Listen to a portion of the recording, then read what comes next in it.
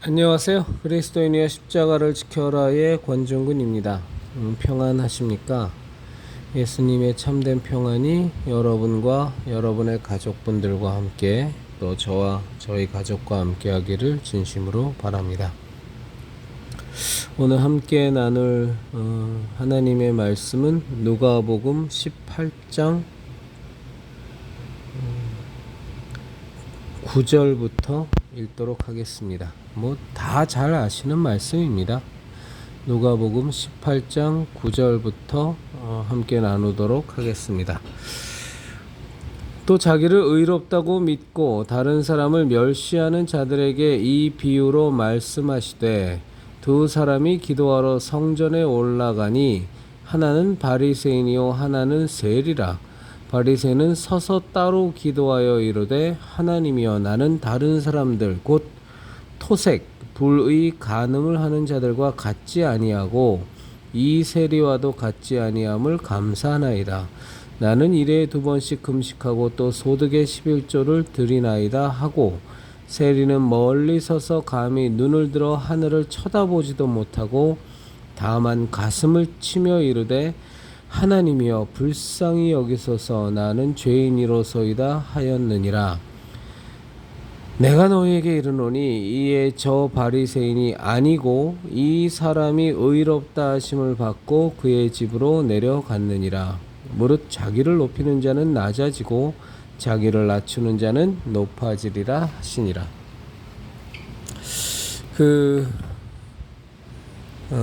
이전에, 요즘은 좀 이해를 합니다만, 이전에는 제가 참 의문점이 하나가 있었습니다. 그러니까 목사라고 얘기하기는 좀 그렇고 그냥 가르치는 자라고 표현하는 게 더 옳을 것 같습니다. 그러니까 그게 설교를 통해서 가르치는 것이건, 하여간에 우리가 이제 신앙생활 하면서 왜 가르치는 분들이 이제 교사도 있고, 그 다음에 목사도 있고,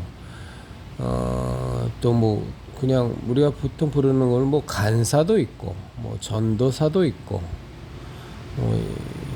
선교사도 있고, 이제 여러 부류가 있죠. 근데 저는 참 신기하다라는 표현은 좀 그렇고, 되게 이상하게 느껴지는 게 무엇이었냐면,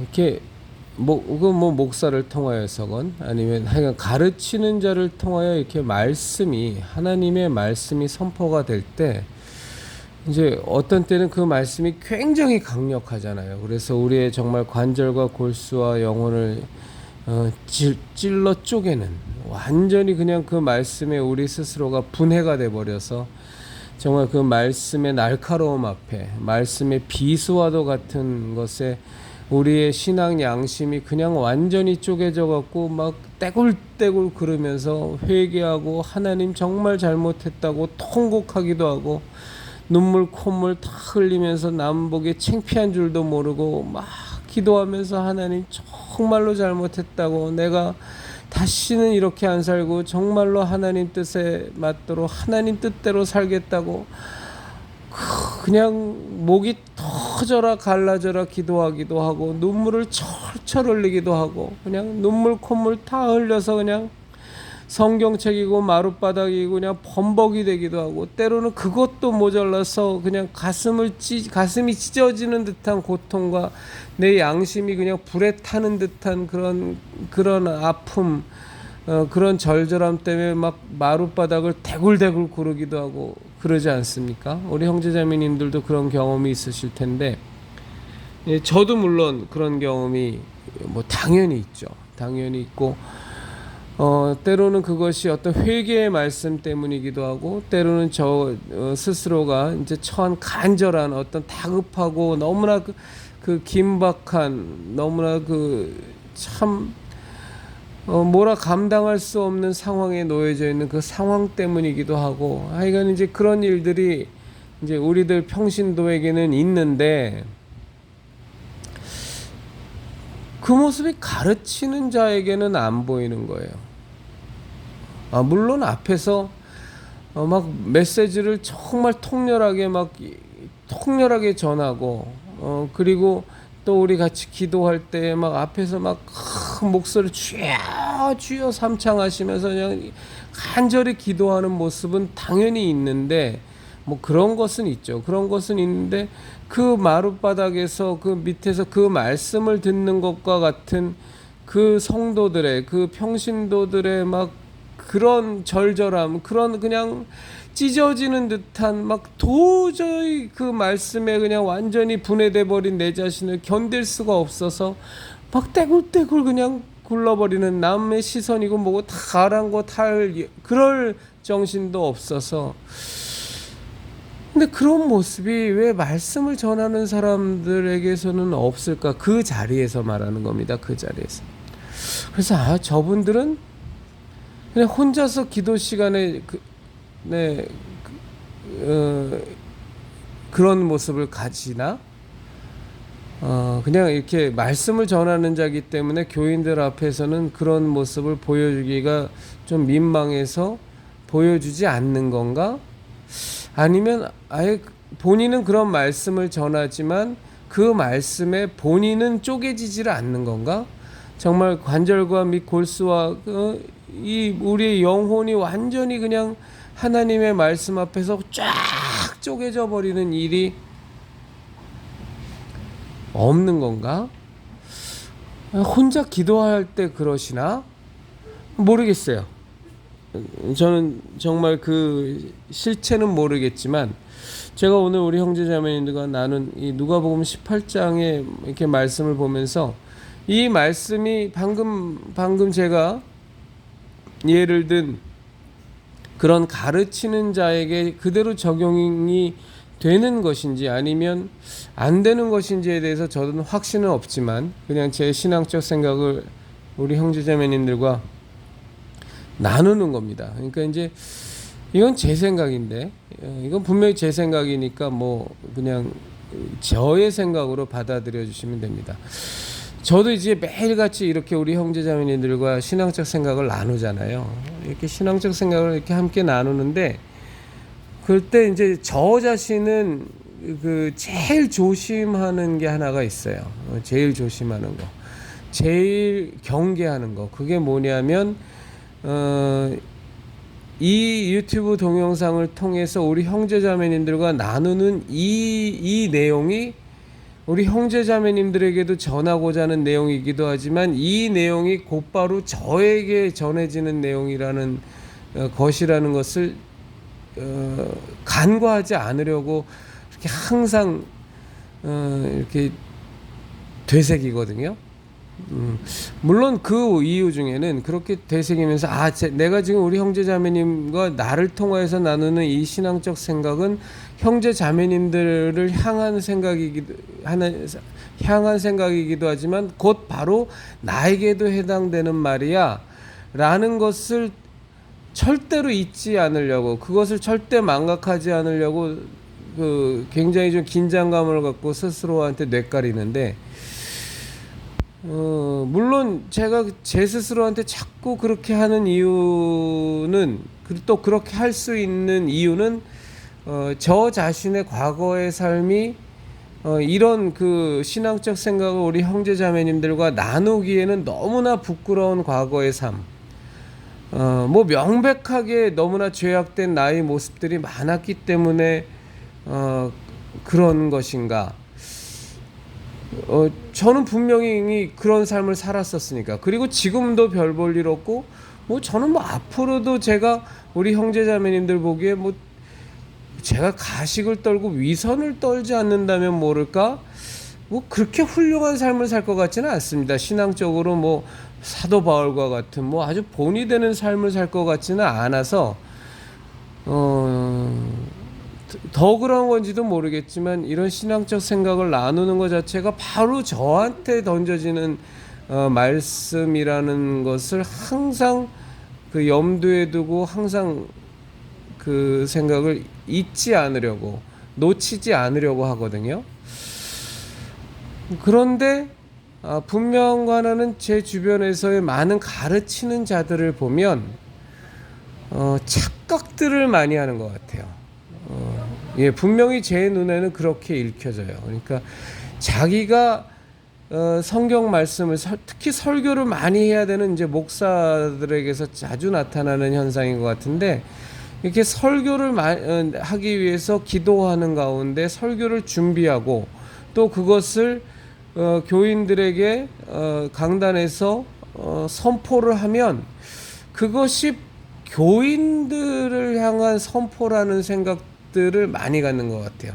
교인들만을 향한. 물론 다 그렇다라는 건 아닌데 굉장히 많은 경우에 저는 그런 느낌을 많이 받습니다. 하나님께서 내게 주신 이 설교의 말씀이, 이 가르침의 말씀이 나를 통하여 이 말씀을 듣는 형제 자매님들 뿐만이 아니라 바로 나에게도 해당되는 그 말씀이다라는 사실이 이렇게 별로 공감되지 않는 것 같다는 생각을 저는 많이 갖습니다.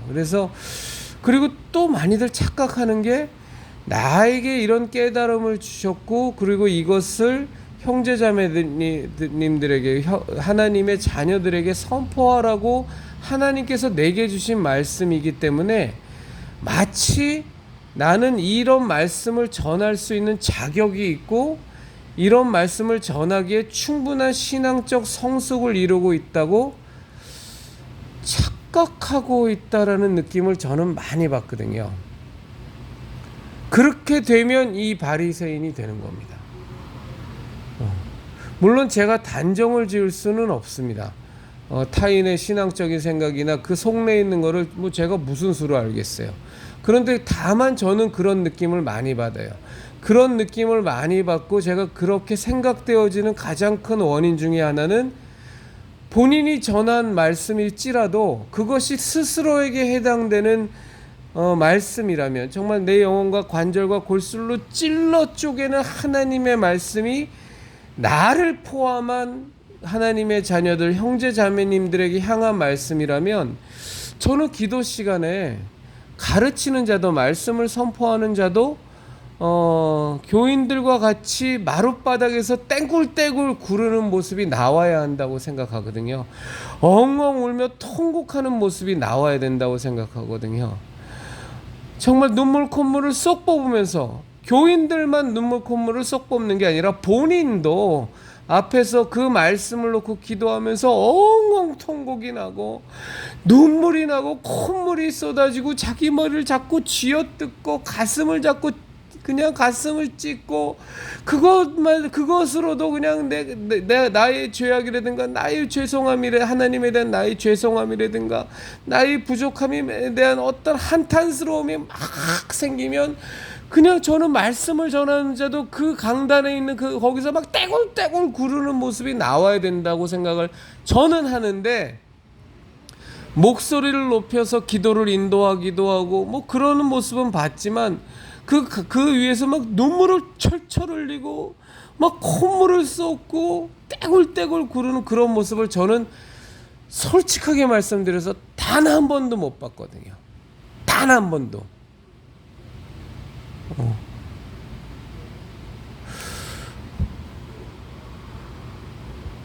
눈물을 조금 흘리시는 분들은 봤어요. 예. 그 말씀을 전한 뒤에 서로 나눈 말씀을 갖고 기도하시면서 눈물을 흘리시는 분들은 봤어요. 적건 많건 눈물을 흘리시는 분들은 봤는데, 정작 그 말씀을 받으면서 그 말씀으로 말미암아 완전히 충격을 받아서 교인들이 보이는 것과 같은 그런 그냥 처절하고 절절한 반응을 같이 강대상 위에서 보이는 목사는, 저는 목사고 선교사고 말씀 선포하는 사람 중에 단 한 명을 못 봤거든요. 저는 이건 굉장히 큰 문제라고 생각합니다. 물론 저의 예단일 수 있습니다. 그분들은 거기서 스스로를 절제하고 스스로를 통제하지만 돌아가서 하나님과의 개인 기도 시간에 자기에게 주신 교인들에게 전하라고, 그리고 스스로에게도 해당되는 그 말씀을 상고하고 묵상하면서 교인들과 동일한 모습으로 그 혼자만의 골방 기도를 하면서 막 처절하게 울부짖고 눈물 콧물을 다 흘리면서 막 가슴을 찢으며 떼굴떼굴 구르며 하나님 앞에 회개하고 자기 자신의 부족함과 자기 자신의 죄악을 하나님 앞에 철저하게 고백하고, 여기에 있는 세리처럼 감히 하늘을 우러러 보지도 못하고 가슴을 찢으며 정말로 자기의 죄인이라는 그 고백밖에 하지 못하는 이런 그 안타깝고 간절한 마음을 혼자만의 골방에서 하고 계시기 때문에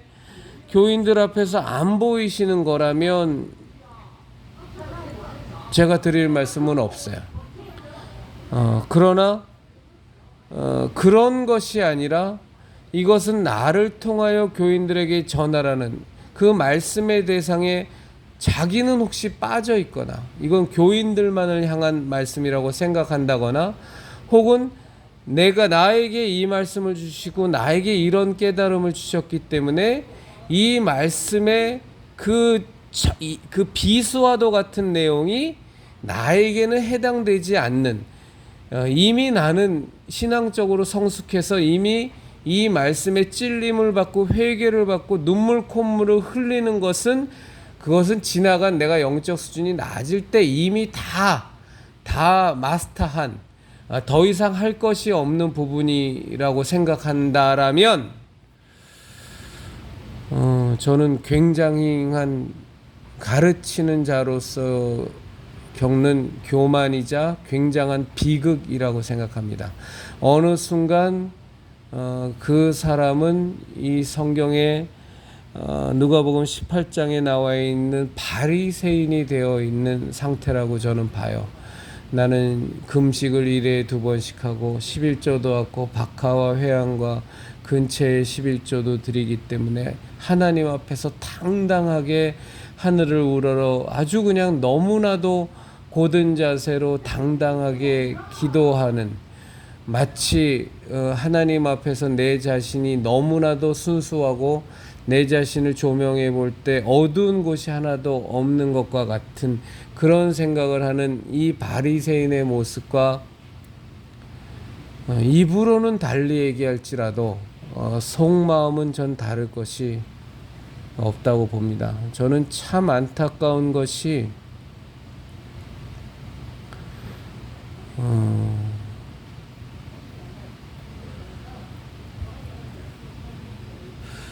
예수님을 십자가에 못 박으라고 말도 안 되는 거짓 재판을 열고, 그리고 빌라도가 그토록 예수님의 무죄함을 오히려 강변하고 예수님을 무죄 석방하려고 하는 그 빌라도에게 계속 군중을 선동해서 예수님을 결국 십자가에 못 박히게 만드는 주된 인물들이 다 대제사장들, 바리새인들, 사두개인들, 율법사들이었지 않습니까? 그 정말로 안타까운 사실인데, 예수님을 만나고 예수님을 쫓아다니고 예수님의 제자가 되고 예수님 성령님으로 거듭나면서 예수님 이 복음과 이 생명의 진리를 위하여 순교를 하고 했던 그 모든 사람들은 사실은 바리새인과 율법사와 사두개인과 제사장으로부터 메시아에 대해서, 하나님에 대해서 배운 사람들이었거든요. 근데 정작 가르쳤던, 정작 하나님의 구약의 말씀들을, 메시아에 오실 것을, 그리고 메시아가 오시면 우리가 어떻게 구원을 받을 것인지를, 그 예언의 말씀들을 정작 가르쳤던 사람들은 예수님을 십자가에 못 박고 예수님의 공생애 때 돌로 치려 하고 분노로 이를 갈고 죽이려고 모의를 하고 절벽에서 밀어 떨어뜨리려고 하고 온갖 핍박과 온갖 협박질과 온갖 고난을 주고, 급기야 빌라도의 만류에도 불구하고 끝끝내 예수님을 십자가에 못 박아 죽이라고 선동했던 그 사람들이 바로 다 가르쳤던 사람들이었거든요. 그런데 아이러니한 것은 그 가르쳤던 사람들은 예수를 죽이려 하고 예수를 핍박하였지만, 그리고 끝끝내 예수님을 죽였지만, 그 가르침을 받았던 무지랭이들, 가르침을 받았던 죄인들, 가르침을 받았던 별 볼 일 없던 사람들은 그 예수님을 메시아로 만날 수 있었고, 그 만난 예수님 때문에 자신의 인생이 바뀌었고, 죄사함을 받았고, 예수님의 증인이 되었고, 예수님의 십자가 죽음의 증인, 예수님의 부활의 증인, 또 모여 기도하면서 예수님의 승천하심의 증인, 또 예수님이 승천하신 후 성령님이 임하시는 것에 대한 증인, 그리고 끝끝내는 자신의 삶 전체를 다 그 예수 그리스도의 진리, 예수 그리스도의 은혜의 복음을 증거하기 위하여 순교를 당하는 그런 거룩함에, 그런 영광에 참여할 수 있었다는 사실입니다. 굉장히 무서운 사실이죠. 저는 이 유튜브 동영상을 통해서 매일 밤 말도 안 되게 부족한 인간이 우리 형제자매님들에게 부족하면 부족한 대로, 뭐 어떤 때는 또 그때그때 하나님이 주시는 생각들을, 하나님이 주시는 감정과 하나님이 주시는 마음으로 이렇게 우리 형제자매님들과 나누는데요. 저는 오늘의 저에게 깨닫게 해주신 이 하나님의 깨달음이 참으로 또 한 번 겁이 납니다. 여차직하면 하늘을 우러러 떳떳하게 내가 11조를 드린 것에 대해서, 금식을 하는 것에 대해서, 회개를 하는 것에 대해서 자랑질이나 해대는 타락한 가르치는 자가 될 수 있겠구나. 타락한 그렇죠. 말씀을 나누는 자가 될 위험이 농후하구나라는 생각을 참 많이 갖게 되었습니다. 우리 형제자매님들이나 저는 우리가 어떤 모습으로 주님의 사명을 감당하든지 간에 항상 이 누가복음 18장의 세리와 같은 자였으면 좋겠어요.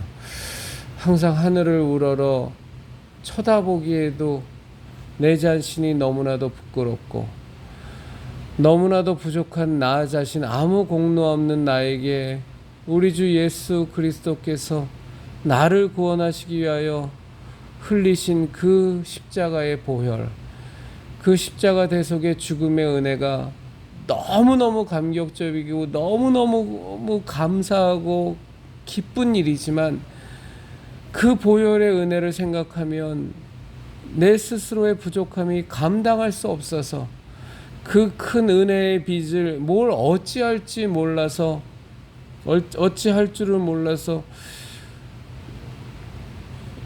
이렇게 안절부절하는, 우왕좌왕하는 그런 모습이 우리 형제 자매님들과 제게는 항상 있었으면 좋겠어요.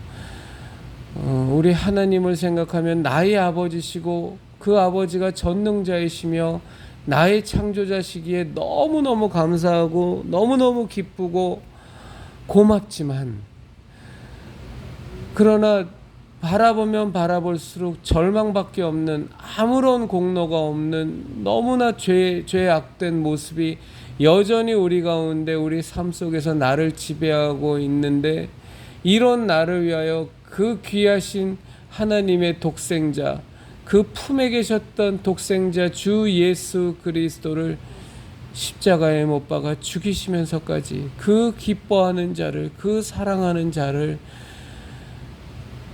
십자가에 못 박아 죽이시면서까지 마음을 다하고 힘을 다하고 목숨을 다하여 우리를 사랑하시는 그 사랑에 뭘 어찌 몸둘 바를 몰라 하는 우리의 이 마음이 우리가 육신의 시간을 다하는 그 순간까지 결코 약해지지 않았으면 좋겠어요.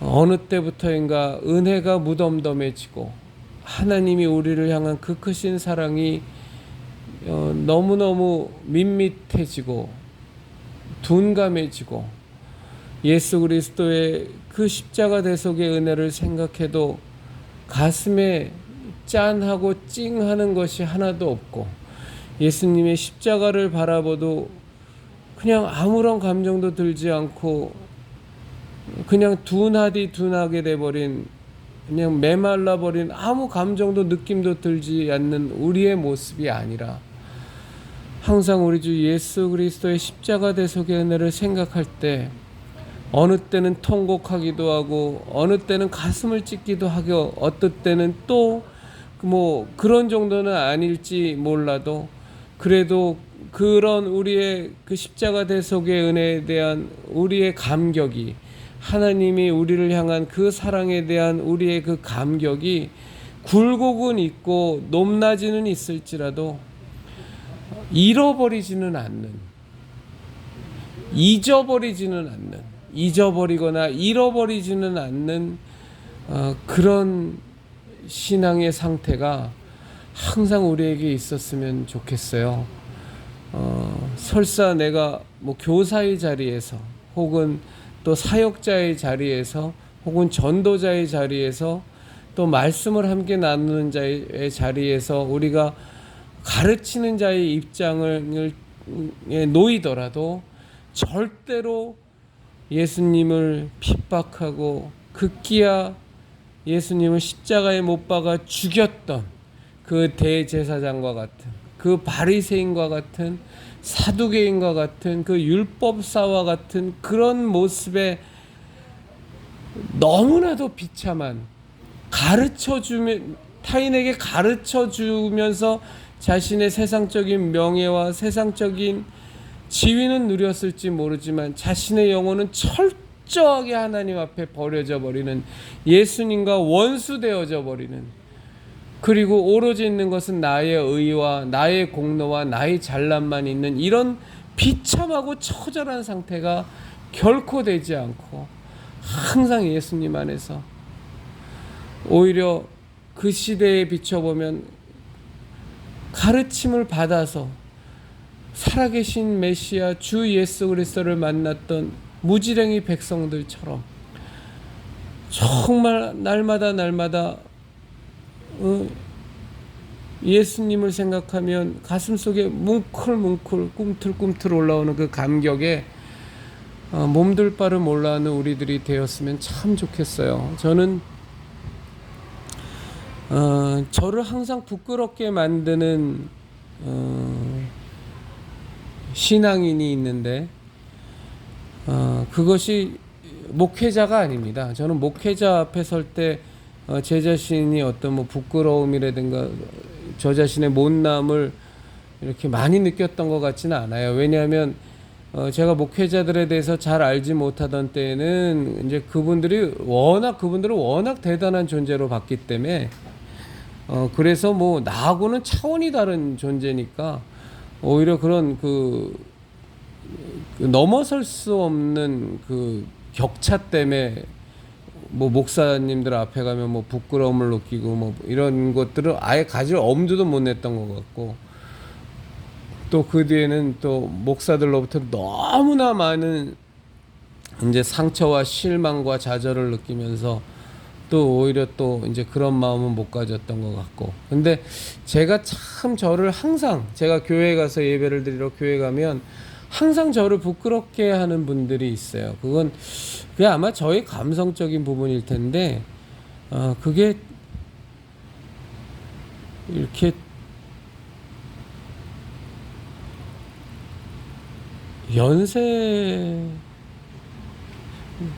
저는 이게 주방에서 봉사하시는 분들을 보면 제가 많이 좀 그래요.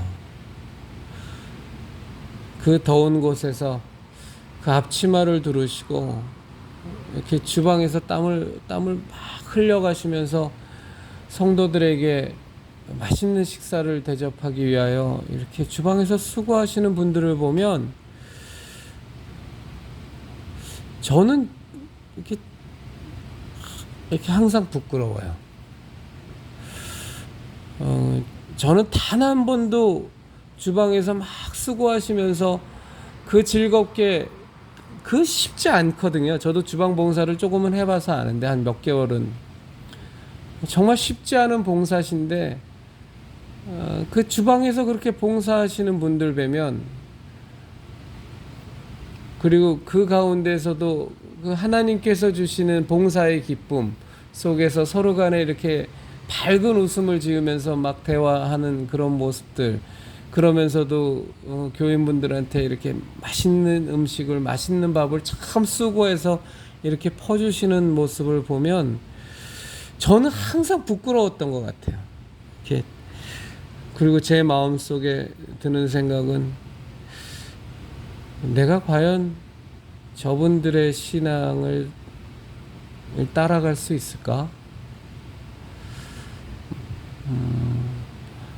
하늘나라에 가면 내가 과연 저분들만큼 상급을 많이 받을 수 있을까?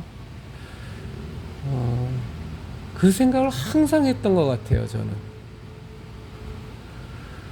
그리고 또 한 부류가 어떤 부류냐면 이렇게 연세 많이 드신 그 교인분들 계시잖아요. 성도님들 연세 많이 드신 분들. 그래서 사실은 성경에 대한 오랜 세월 신앙생활은 하셨지만 이렇게 많이 배우시지도 못해서 성경에 대한 지식도 넘치지 뭐 이렇게 성경에 대한 지식이 해박하신 것도 아니고 또 신앙적으로 아주 뭐 정확하게 아주 그냥 정치하게 이렇게 정립되어 계신 것도 아니지만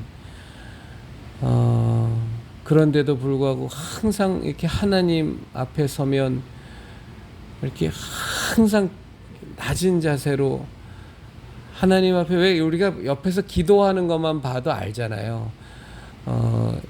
죄송한 표현입니다만 그 더럽게 교만 떨면서 기도하는 사람과 정말 하나님 앞에서 연세가 많으심에도 불구하고 정말 하나님 앞에서 고개 조아리고 뭐 소리를 내시기도 하고 작게 내시기도 하지만 두 손을 콕 모으고 하나님 앞에 기도하면서 그 하나님 앞에서 겸손하게 고개를 숙이시면서 간절하게 그 기도 내용도 사실은 별거 아니거든요. 내 자식들, 내 손주들 잘 되게 해달라고, 복 받게 해달라고. 어떻게 보면 굉장히 기복적인 부분들도 많은 기도의 내용이지만 그러나 그 하나님에 대한 그 경외심, 하나님에 대해 앞에서의 낮아짐, 내가 하나님께 기도할 수 있다라는 그거 자체에 대한 감격, 이 하루 이틀이 아니라 그냥 평생 오랜 세월 동안 몸에 차곡차곡 쌓여 계신 그런 그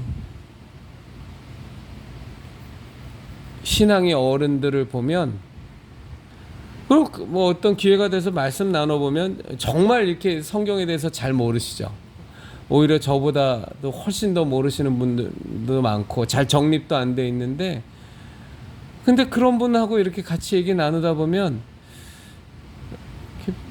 그냥 저는 그런 분들을 보기만 해도 별로 할 말이 없어요. 왜냐하면 그분들이 저보다 훨씬 더 성숙하고 훨씬 더 신앙이 깊다라는 느낌이 항상 들기 때문에 내가 뭐 저분들한테 무슨 말을 할 수 있지?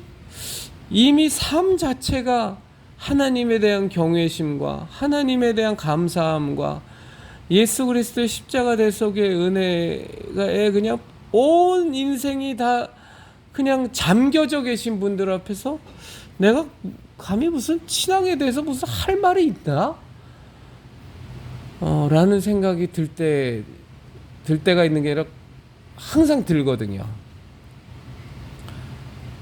그래서 이제 제가 이제 교회에 가면 이제 제 자신이 항상 한마디로 말해서 꼬리 내리고 이렇게 깨갱하는 분들이 목사님도 아니고 목사님들한테 죄송하지만 목사들도 아니고 뭐 장로 뭐 권사 타이틀 단 이런 사람들도 아니고 그냥 항상 저를 이렇게 부끄럽게 만들고 저 자신의 그런 분들이 그 주방에서 크 땀 흘리면서 그 즐겁게 봉사하시는 분들 앞에 서면 그리고 그 아까 말씀드린 그 하나님을 경외함과 하나님에 대한 감사와 그냥 온 몸 속에 그냥 툭 그냥 찌들어 있는, 완전히 그냥 잠겨져 있는, 완전히 절여져 있다. 이 표현 좋네요. 절여져 있는, 그 신앙으로 완전히 절여져 있는 그런 분들, 연세 드신 분들 보면 이렇게 할 말도 없고 부끄럽고 그냥 존경스럽고, 뭐 그렇습니다. 참 그런 분들을 뵐 수 있다는 게 그게 감격이고 감사죠. 제가 이건 이제 신앙적인 얘기는 아닌데요. 제가 요 얘기는 꼭 좀 나누고 싶었습니다. 그러니까 뭐냐면 전광훈 집단 때문에 이 얘기를 꼭 나눠야겠다는 생각이 들었습니다. 이건 제 생각입니다. 그러니까 전광훈 집단이 자기네들 1,000만 서명을 팔아먹기 위해서, 뭐 또 자기네들의 그 세력 확장을 위하기 위해서, 또 헌금을 더 뜯어내기 위해서, 뭐 여러 가지 복합적인 목적, 가장 큰 건 뭐 돈과 세력이겠습니다만, 그러면서 요즘 아주 상습적으로 팔아먹는 이슈가 있어요. 그게 뭐냐면 우리가 정신 차리지 않으면 윤석열이 탄핵당한다, 윤석열이 망한다, 윤석열 탄핵당한다는 얘기를 정광훈 집단하고 그때 보수파리 유튜버들이 요즘 굉장히 많이 하거든요. 뭐 신의 한수, 신의 시기도 많이 하고, 그 보수파리 유튜버들 참 많이 합니다. 윤석열이 탄핵당할 위기에 있다. 보수가 일어나야 된다. 우파가 깨어나야 된다. 그렇지 않으면 큰일 난다 하면서 계속 위기 조장하는데요. 제가 간단하게만 말씀드리고 끝내겠습니다. 윤석열이 탄핵당할 확률은요, 제로입니다. 빵입니다. 빵. 절대 그럴 수 없습니다. 우리 보수 우파의 성향을 가진 분들이, 이 나라 걱정과 이 애국하는 마음이 많으신 분들이 박근혜 대통령 탄핵에 대한 트라우마가 있어요. 당연히 있죠. 말도 안 되는 거짓 탄핵을 당하셨고, 온갖 진실은 다 거짓의 산에 다 파묻혀버린 채 말도 안 되게 탄핵을 당하시고 옥고를 치르시고, 그것도 하루 이틀이 아니라 4년이 넘는 세월을 그 옥고를 치르시고 온갖 고난을 당했기 때문에 우리 보수파 그 애국심이 있는 분들에게는 박근혜 대통령 탄핵 사건에 대한 트라우마가 굉장히 깊어요. 그래서 혹시 우리가 또 지금 윤석열은 사실은 이념 정체성이 보수도 아니잖아요. 오히려 보수를 괴멸하던, 본인 스스로도 자기가 좌파라고 했던 사람 아닙니까? 김건희의 입을 통해서 김건희가 그랬잖아요. 우리 그 양반은 사실은 좌파라고. 그러니까 본인 스스로도 좌파라고 얘기하는, 그런데도 지금 현재 모습으로는 국방이나 안보 면에 있어서는 분명히 이제 우리가 안보 보수라는 말을 쓰지 않습니까? 이제 그런 모양새를 띠고 있기도 하고, 그리고 이제 경제적인 면에서도 이제 자유시장 경제 체제를 분명히 그러니까 문재인하고 비교를 해버리니까, 그러니까 윤석열이가 상대적으로 보수처럼 보여지고, 특히 안보 부분이나 경제 부분에 있어서는 뭐 그런 성향이 있습니다만, 그러나 윤석열의 사실은 그 실체는 박근혜 대통령을 감옥에 가두고 또 형집행 정지를 불허하면서 최순실하고 엮으면서 박근혜 대통령을 완전히 파멸로 몰고 간 주범이 윤석열이거든요.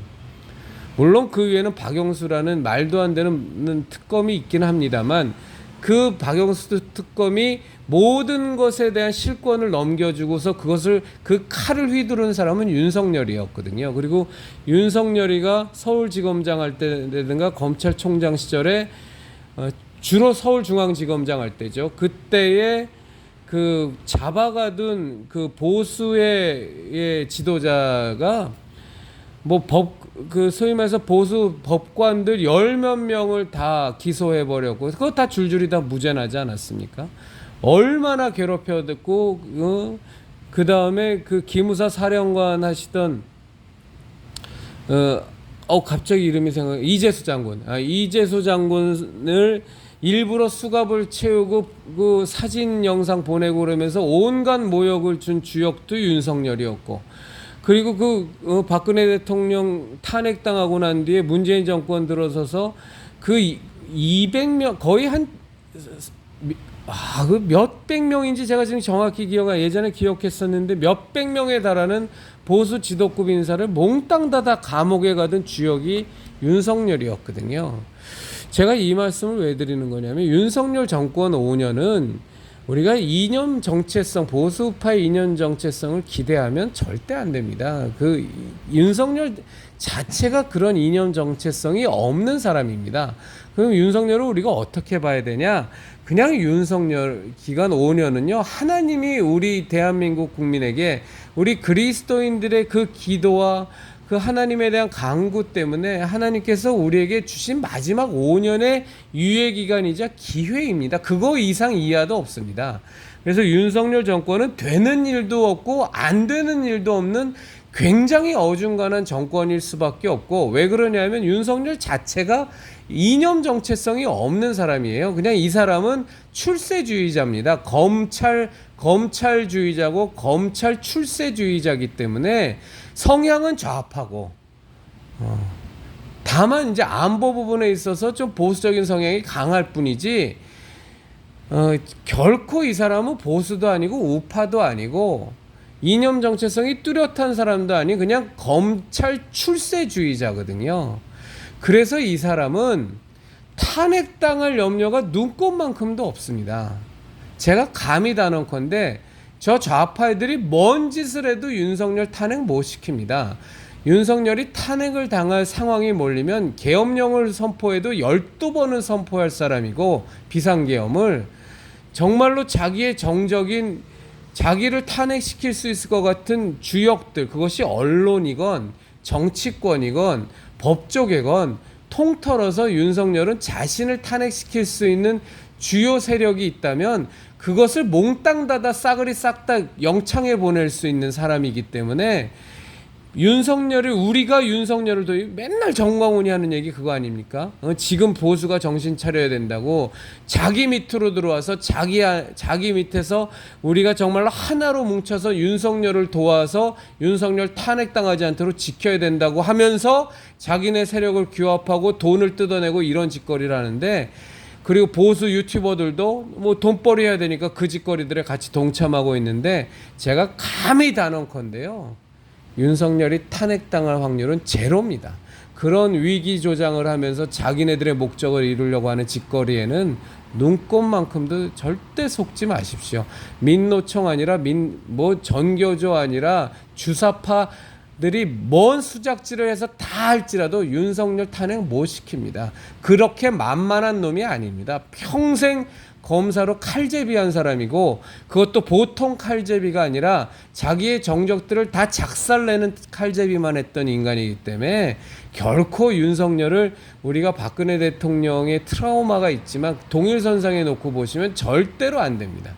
그러니까 제가 이 말씀 드리는 이유는 하도 정광훈 집단이 윤석열 탄핵이라는 거를 위기 조장하면서 우리들을 현혹시키고 위기감으로 몰고 가니까, 그리고 정광훈 추종자들이 뭔 얘기만 하면 나라가 이렇게 위기인데 왜 전광훈 밑으로 모이잖아요. 위기는 뭔 놈의 위기입니까? 이 윤석열 정권 5년 동안은요, 제가 정확히 말씀드리지만 계속 위기일 거고 계속 이 어중간한 상태로 그냥 5년 간다고 보시면 됩니다. 감히 단언컨대 제 말씀이 맞을 겁니다. 그래서 그런 맥락에서 절대 현혹당하지 마시고, 우리 그리스도인들은 제가 이전에도 누차 말씀드렸다시피 이 5년 동안 우리가 해야 될 일은 광화문 아스팔트에 가서 소리를 지르며 주사파 척결, 정광훈이가 하는 것처럼 그런 거 외치는데 현혹당할 것이 아니라, 천만 서명운동, 이건 말도 안 되는 짓거리고, 자유 통일을 이루기 위해서 전광훈 밑으로 와서 목소리를, 그것도 다 개소리고요. 그런 짓거리 하는 게 아니라 이 5년 동안 우리는 뭘 해야 되냐?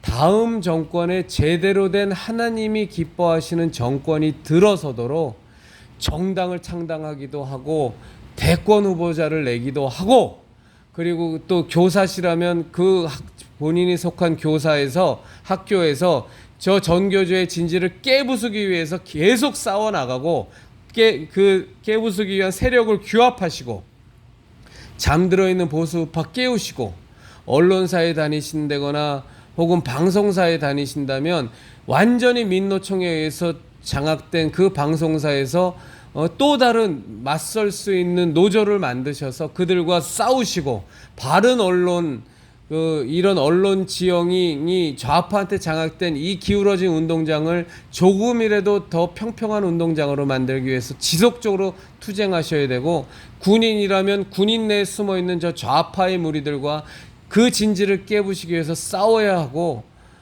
예술가라면 완전히 예술 쪽은 정말 전멸이거든요. 거기 그냥 99.99%다 장악된 저 좌파들과 싸우기 위해서 그나마 남아있는 보수 우파의 세력들과 다시 규합하셔서 그들의 진지를 깨부시는 이런 역할을 우리가 5년 동안 죽어라 해야 됩니다.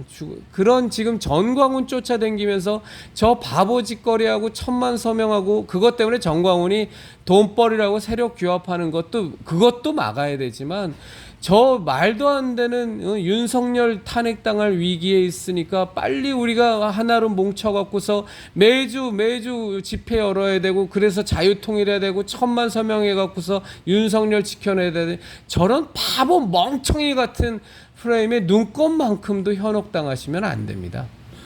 다시 한번 말씀드리지만 윤석열 정권이 탄핵당할 확률은 제로입니다. 0%입니다. 제가 감히 단언합니다.